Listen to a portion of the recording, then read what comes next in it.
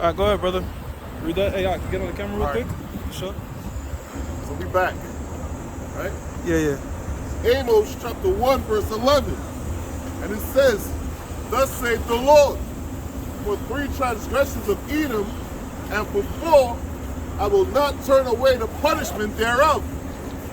So, remember the scriptures also says Lebanon is not sufficient. Being a so-called white man, on whatever type of form of repentance you call yourself doing, you're going to have to be punished for the deeds of your actions, right? Right? It says, because he did pursue his brother with the sword. Right. What was going on before the video turned off is that so-called white man, whether he's being called Esau or whether he's being called Cain, he's always going to pursue his brother Jacob, which is set up in that spirit. Not only just pursue him, but from blood. You know, and off camera, he's speaking about the fact that the so-called white man, this perpetual hatred that he has towards his brother Jacob, it's not. He doesn't share that with the other nations. You know what I'm saying? The so-called white man, he don't really heavy hit him, say you chinks and all that type. It's nigger. That's that hatred that's in him. All right, which is hardwired in them by the Most High. Okay, is the reason they're always going to be pursuing the nation of Israel for blood. It says, and did cast off all pity. Yeah, all right. So when a so-called white man was doing what he was doing during slavery, there was no mercy in that, man. They actually was enjoying it. We're going to be doing the same thing double, but in righteousness, all right? So what do I mean by that? We're not going to be doing no quote-unquote butt breaking or shit like that, all right? But we're going to be rejoicing in the retribution we're going to get, man. All right, for the rape, robbery, and murder which did children, sons and daughters of the nation of Israel. It says, and his anger did I tear perpetually, and he kept his wrath forever. All right, so the so-called white man, no matter how much he acts friendly and try to, soften you with words, right? His inward thoughts. Huh? He's all bullshit. Yeah. The scripture says, there's a scripture that speaks about fervent living. It's like a potsherd covered in silver. You know what I'm saying? In other words, it's like, somebody, it's the gaze. You know what I'm saying? You think it's silver, you examine it, the fucking shit's made of dirt. You know what I'm saying? It's the same thing with the so-called white man with the fast speaking words and promises and shit. Come to find out, guys finessing you, man. All right? This is Sirach chapter 12, verse 17. It says, if adversity come upon thee, thou shalt find him there first. So yeah, that's going into what the brother was talking about, the so-called white man. You can't trust that. You can't trust him. All right? Even in they might be committing a heinous act, or the cops is beating somebody, and you ask them, hey man, what's up with man? You ain't got no heart, man. Like no matter how much you plead with him, man, it just wired in him, to hate you. All right? And it says if adversity comes, he'll be there first. He'll show up, but he's doing that for show. He don't really mean that. All right? You can start from verse 10. You want me to start from 10? Yeah. All right, I got you. This is Sirach chapter 12, verse 10. Right. And it says, never trust thine enemy. And who's your enemy, man? All right, the so-called white man. All right, who's also known as Esau, Edom. All right? You're not supposed to trust him, man. He's your number one enemy, man. All right? Go ahead. It says, for like as an iron rusted, so is his wickedness. Right. It says, though he humble himself. Yeah, he's gonna humble himself. That's the so-called white man. What he does, man. He's gonna speak with his soft lips, his soft words. Yeah. All right. To persuade you that he's a good man. All right. Just like in the time in the Maccabees. Black History Month. Right. Just like in the time of Maccabees, man. When Antiochus, he sent his chief collector unto Israel. And he basically. Was speaking smooth words, and they took credit into his words. They believed on him because he was speaking all soft, and that's what the white man does, to throw you off, man. But his heart is war. Look what he done to the Native Americans, man, in North America. They always make peace treaties and break them. The scriptures say that they're fortunes and lies, man. You're not supposed to trust them at any given cost. If the white man say go right, man, go left, man. damn devil, man. He's a deceiver. You're not supposed to trust him, man. And that's you know, that's the sad thing, man, because our people trust him, man. They just trust in the so-called white man. They trust in America and Babylon. And that's why they're going to ultimately fall with him. Continue. That's right. It says, though he humble himself Right. and go crouching, Right. it says, yet take good heed and beware of him. Yeah, man, just know he humble himself. He crouches over, you know, come through nice and smooth, like, hey, how you doing? Yeah. Hey, you know, you have to watch him, man. Beware of him, man. You know, he's sneaky. He's a sneaky bastard, man. He's a sleazy bastard. Sleazy bastard, man. You know, there's nothing good dwells in the so-called white man, all right? He was estranged from the womb to be wicked, man. So you have to understand that. This is not your friend. He's your enemy, man. He's against you, right? He plots against you each and every day. You know, when they go to the Bohemian Grove, you know, they plot on how they're going to bring down, you know, the nation of Israel, the so-called Negroes, the so-called Latinos, and Native Americans, man. All right? They want to see you under, man. You know, they're already upset that, you know, we're the chosen people. Okay? So you're not supposed to trust this damn devil, man, at all. You know? That's right. It says, and beware of him, Right. and thou shalt be unto him as if thou had wiped a looking glass, and thou shalt know that his rust had not been altogether wiped away. Right. This is always going to be wicked, man. You know? The so-called white man. He's a wicked man. Okay? So you're supposed to really be putting your trust in Yahweh Hashem Yahweh Shah, man. And not man. And especially not the so-called white man, okay? That's right. No matter how many quote-unquote good deeds he done, hey man, he's the wicked man. All right? That looking glass is talking about a mirror. All right? Because in the ancient world, there was no glass mirrors, right? Mirrors were made from brass. Does that have scriptures on it? You know, brass or gold, you know, some sort of shiny metal. You know what I'm saying? And also, you can see your reflection in the water. In the water, right. But you got to keep in mind, so when you're looking at this particular reflection on a shiny metal, right? That's why the scripture says we see through a glass darkly. You know, because you don't see like a perfect picture of yourself. You look at the reflection in your car on a car like these metals. You kind of you don't really see yourself that clearly, right?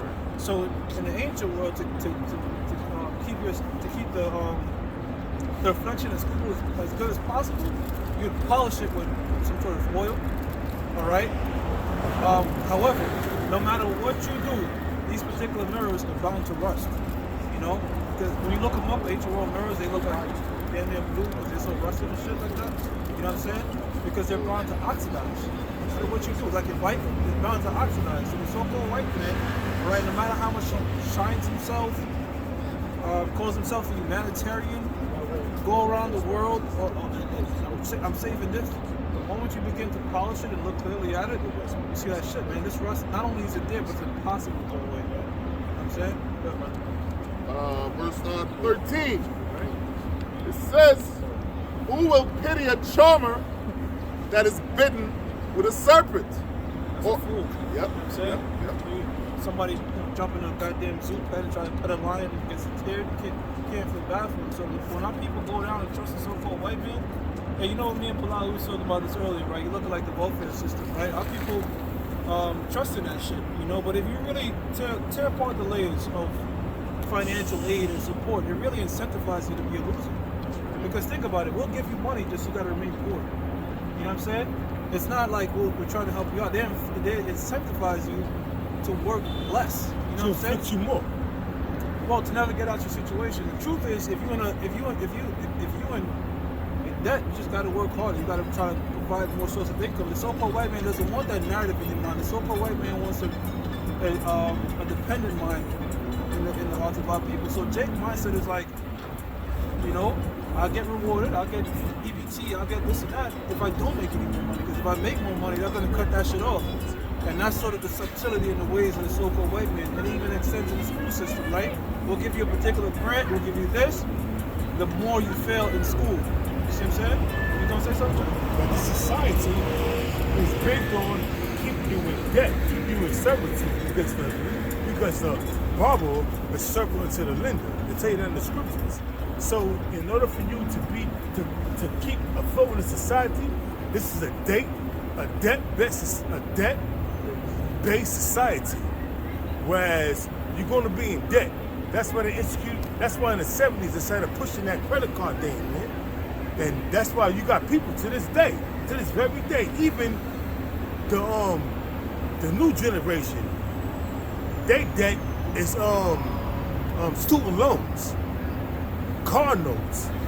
Because if you get a student loan, you pay your student loan and then you pay for your books and this. And that's what you're going to do. The rest of that money, you're going to get a whip. That's the new generation. Now you in debt. Now you in debt to the car loan industry and as well as the student loan industry. Now you in debt in both ways. And now you need a place to roof over your head. You know what you do? You put yourself in further debt and get yourself an apartment. Whether it's a downtown, a luxurious apartment, or whatever you got. Now you're in a total debt slave, man.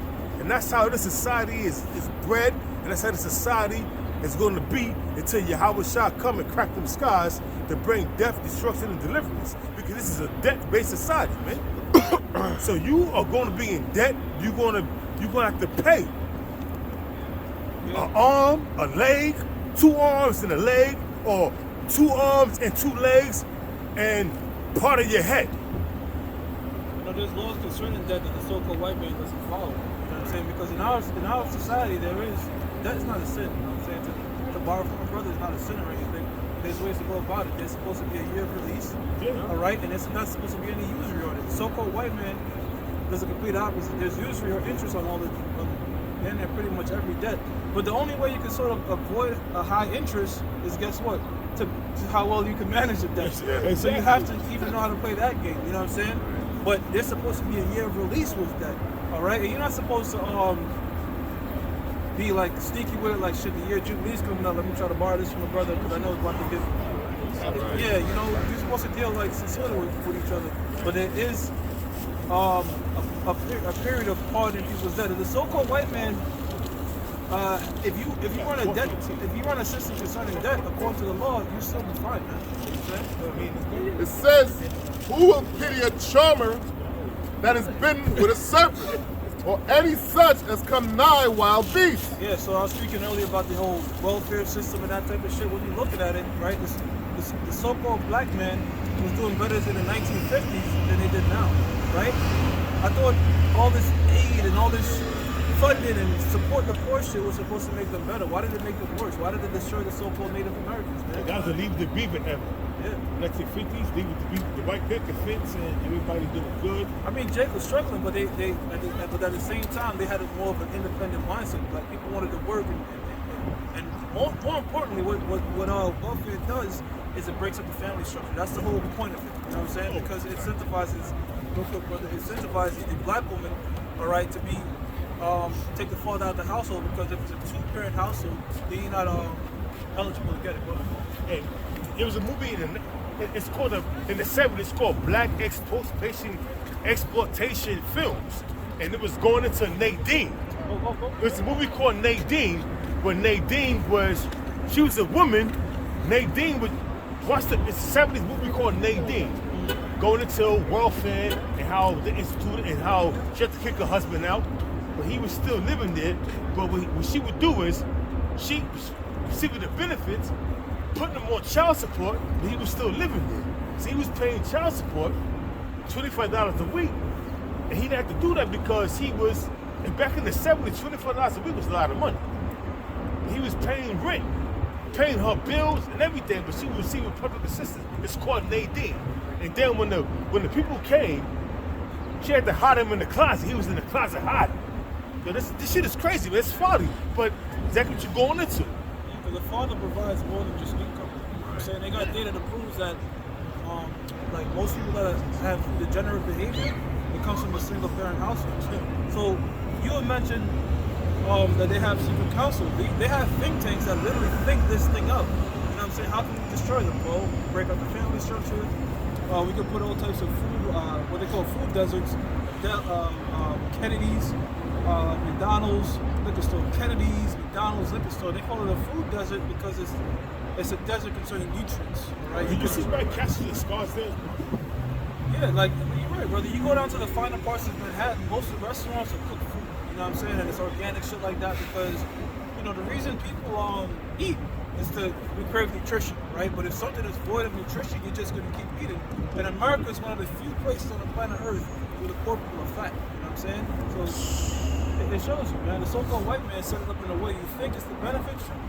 Now here's this EBT to get this food, but when you go to the food stand, that shit ain't gonna work in the organic spot. Right? You eat the poison. You know, you can eat that shit all day. But that's a question, bro. You travel a lot. You do Uber, or you do Lyft. Do you see McDonald's and White Castles in Scarsdale in uplifting neighborhoods, bro? Nah, because the so-called white man wouldn't eat it. They'll go out of business. You know what I'm saying? They're not eating that shit. You know, even if, like, look, Jay kind of think like this. You go to a Chinese store, there's no Chinese food in there.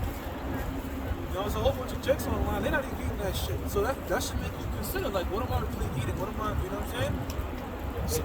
And that's why, bro, years ago, when I stopped eating Chinese food, when I saw that video that brothers put up that they was putting up rice as it was plastic instead of rice.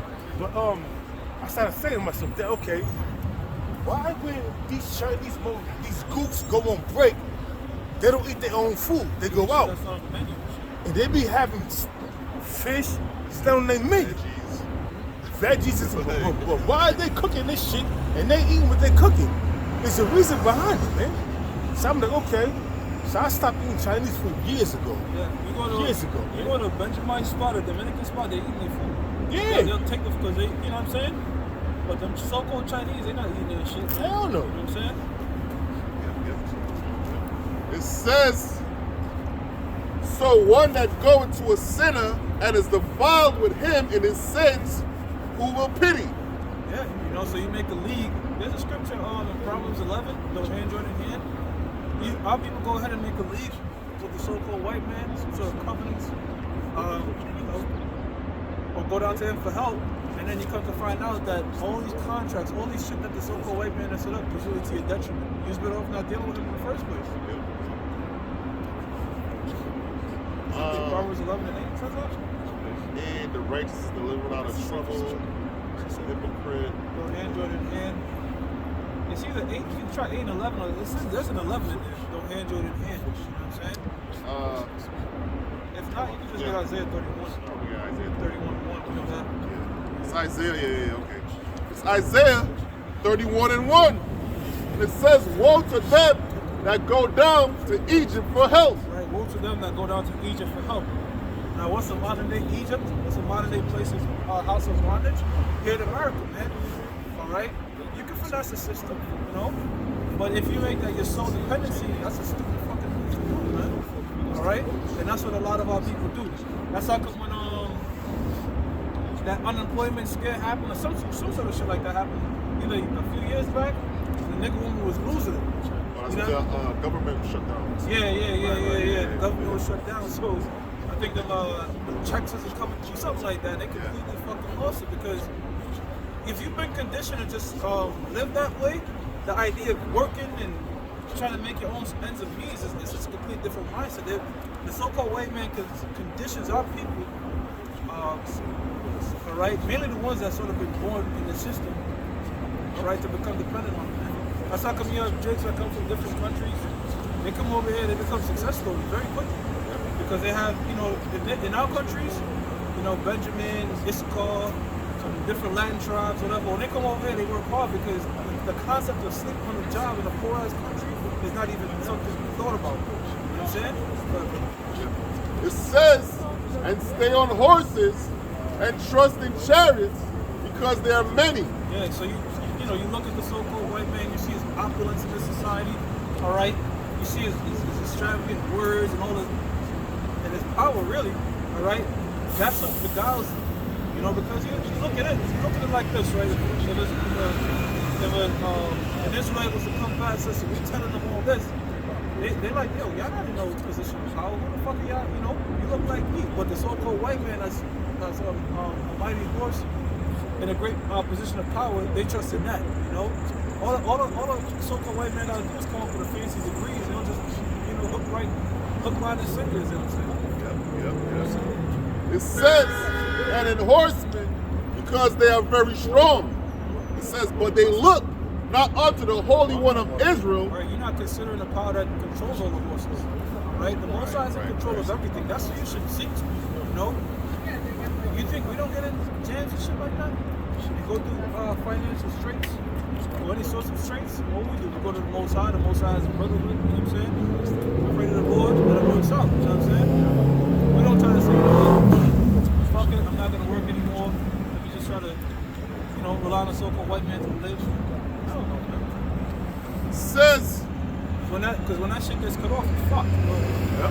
It says, but they look not unto the Holy One of Israel, neither seek the Lord. Right, and that's the problem with our people. Right, they don't go to the Wash for help. They go to other things for help, man. And that's what we're trying to tell them. Look, whatever trial, tribulation, whatever problem pops up, certainly the man or the power that created the problem can take you out of it. You know what I'm saying? That's what you gotta understand, right? Any predicament you're in, the Most High put you in, so he has the power to take you out of it. Yes. This is Isaiah 36, verse 6. Lo, thou trustest in the staff of this broken reed on Egypt. All right, so it says you trusted in a broken staff of Egypt. So, you go to hell for the white man. Guess what, man? That's not really secure help, man. All right? As the brother was speaking about earlier, you trust in the white man for certain things. That shit, it comes with mad conditions, man. You know what I'm saying? You shake somebody's hand, but behind their back they do the, they cross their fingers. That's what it is, man. All right? It says, wherein if a man lean, it will go into his hand and pierce it. So guess what, man? Eventually, and that's what's going on with the thing right now. All right, the jump shot right now. Eventually, that's gonna pierce your heart, man. The help of this man is really no good for you, man. You go all the way to trust him, man. I was talking about Pops. Like, yo, why you take that thing? He's like, if it was so bad for me, why is the whole world government pushing it? I said, listen, you look throughout the history of the earth, the history of the world. When has this man ever had your best interest at heart? Never. All right? Never. Everything comes with conditions. All right? And it's not for your benefit. All right? And it says, if a man lean, it will go into his hand and pierce it. So is Pharaoh, king of Egypt, to all that trust in him. And that's what's going to happen. You trust in the so-called white man, he's going to pierce you, man. All right? We got to come back to our power. Because that's our only hope, man.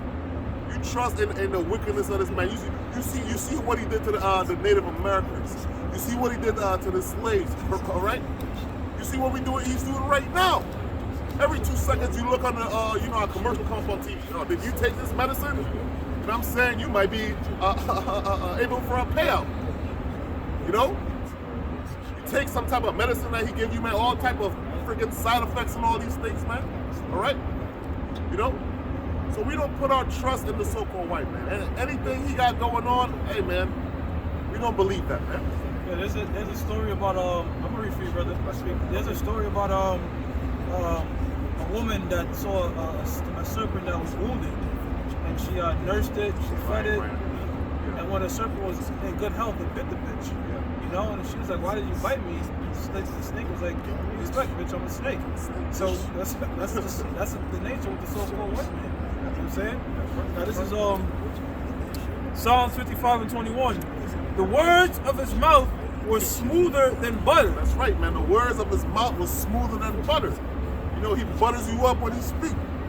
Yeah, we trying to quell this, what I mean? Just, take this, wash your hands, and, everything will be safe. Everything will be all right. We looking out for the best interest of you. After we rape, rob, and murder you, we're looking out for you. That's how the white man talk. Think about that for a second.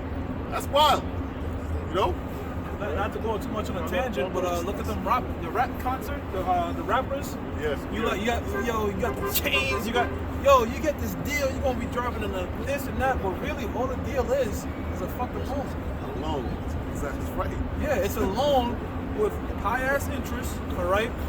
And they have something called a 360 deal, like to the point where a rapper can make $1 million, you get 64,000 or something like that, man. Yeah. After they take all their royalties and do all this. So the so-called white man will promise you a lavish lifestyle, all right? But he'd rather be the one signing the deal. Right. You know what I'm saying? The one getting over on your ass, man. In all honesty, he give you the look of it, like you got a little chain, a couple cars, and a house. You know what I'm saying? He give you the look of the lifestyle. But guess what?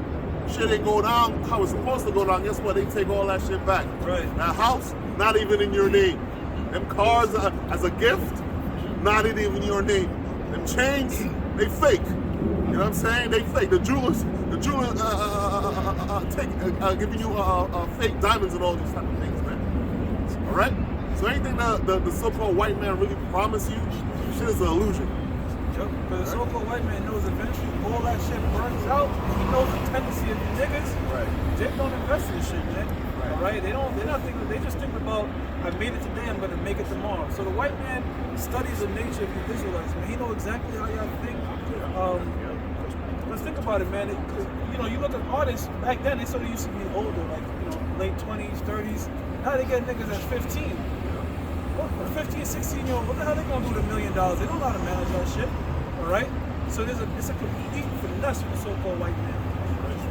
It says, the words of his mouth were smoother than butter, but war was in his heart. That's right. So war is in his heart, man. All right? Whatever he got going on in his heart of hearts, he's not messing with you, man. All right? And he can't even help himself. Can't help himself, that's how the Lord designed him to be. All right, so they ain't no how people say, these racists, you gotta raise your kids a certain way. No, as soon as they be born, they speak lies. They can't help themselves, man. All right. Yep. It says, but war was in his heart. His words were softer than oil, yet were they drawn swords. Yeah, that's what it is, man. Yet they were they drawn swords, man. All right. So he's perpetually trying to kill you, man. They could give you food stamps. You could only get certain type of foods. Yeah, the ones that destroy you. Exactly. You can't go up in old foods like that. And they gotta be cold too. Like, they gotta be cold. Like I never understood that. You know what I'm saying? They gotta be. Yo, real quick, bro. I had a neighbor, and she had food stamp shits, right? Yeah. Every fucking. Like, it'll be a bag full of groceries, but you break it open, Egos, waffles, and goddamn cereal and honey buns, high C. Right, high C. Yo, you better off just not eating that shit, brother. That's a fact. You look. Like, let's say I was watching a little food thing before I got here. Let's say you're making a waffle. Making a waffle is really like 3, 4, maybe 5 ingredients. Right. If you look in the back of these shits, a whole laundry list of things you don't even know what they are. Right. You know? Right. You look in the back of a high C is juice. What's juice? You squeeze an orange or something, juice. Or if you want to, in the islands, you kind of stretch it and you squeeze the orange, you put some water, you put some sugar, it's juice. And some of that shit, brother, be like, you look in the back of it, it's 10% juice. So what the fuck is the other 90%, bro? I'm saying? Yeah, but if it's 10% juice, then why haven't called it juice? Because according to the so-called white man, whatever the majority of something is, that's what it's labeled. So if something is 90% protein, it's protein. If it's 90% carbs, it's a carbohydrate. Why is it 10% juice, but it's still called juice?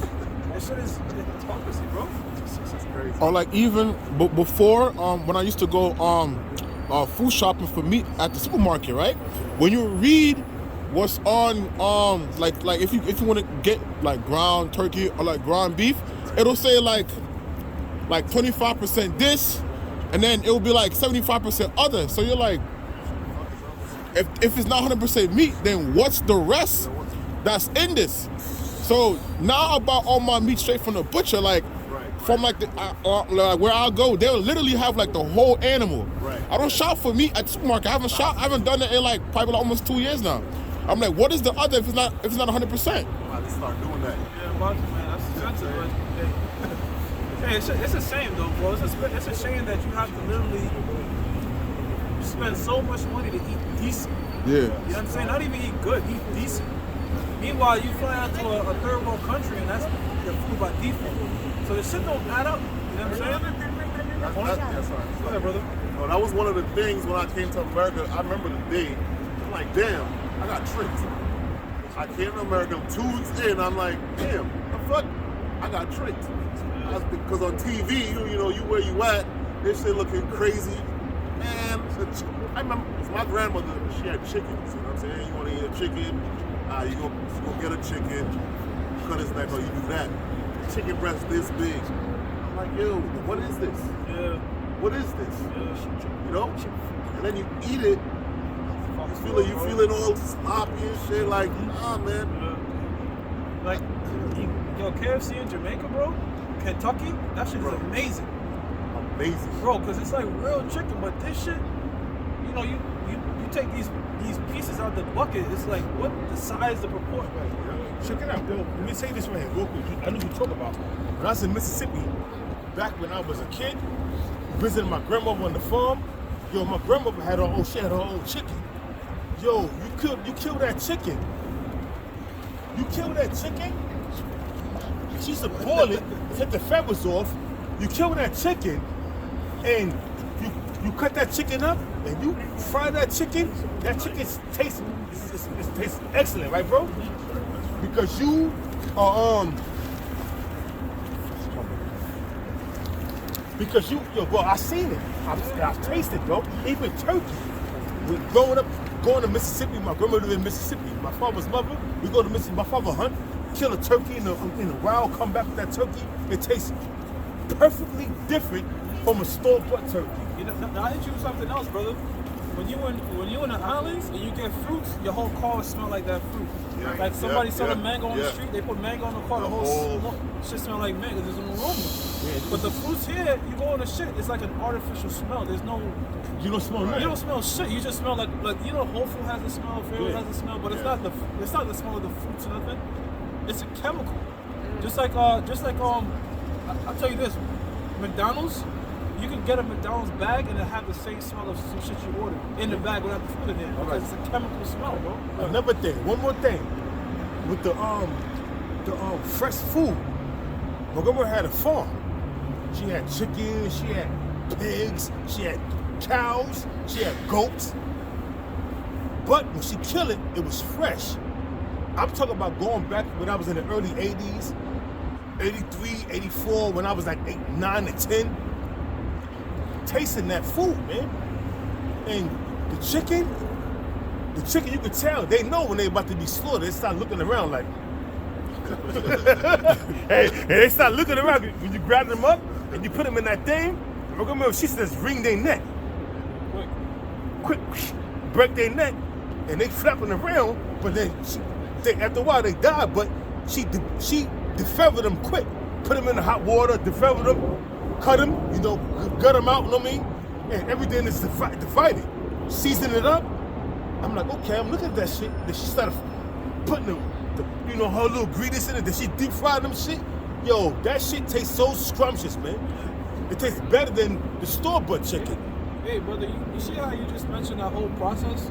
That's how eating should be. It should be a process. Like, you know, it shouldn't just be like eating 24/7. Like, even that is again, deceiving in the way the so-called white man do things. Because you think it's good to be eating food 24/7. No, it's not. You're rich, but even that is destroying your shit because your digestive tract won't even get a time to rest. Right. You know, and when you constantly spike your insulin, what does that lead to? Diabetes. Right. Diabetes is when you become insulin resistant. Your pancreas becomes insulin resistant. It doesn't know when to regulate it because it's constantly being spiked. So the so-called white man might tell you, this devil is so fucking cunning, bro. Like, yo, come to America, food is 24, you're not even thinking like, holy shit, maybe I shouldn't be eating fucking food 24/7, you know? I said one thing on the food also, like when you're preparing a meal, like that concept of fast food, that's not a that's it. All right. Make your point first. Yeah. That concept of fast food, That's not a real concept, because I remember cooking. That shit take mad long. See, the brother spoke about the process. Like, you cooking some food is really it's supposed to be a long process. You know what I'm saying? Not just fast food, 5 minutes. You know what I'm saying? And they hear you wait an extra 5 minutes, you feel upset. What's up with my phone? What's up with my phone? Like, nah, man. It's supposed to be a process in how you make your meals, man. But you know, that's America for you, man. Everything is microwave and fast, man. But that's the way it's gonna go out. You know what I mean? You know? Microwave and fast. That's right. You know what I mean? You know what I'm saying? That's what it is. So Call alarm your how about you shot, man. Bob a ball to this country, man. Bob a ball. All right. Shalom. Shalom.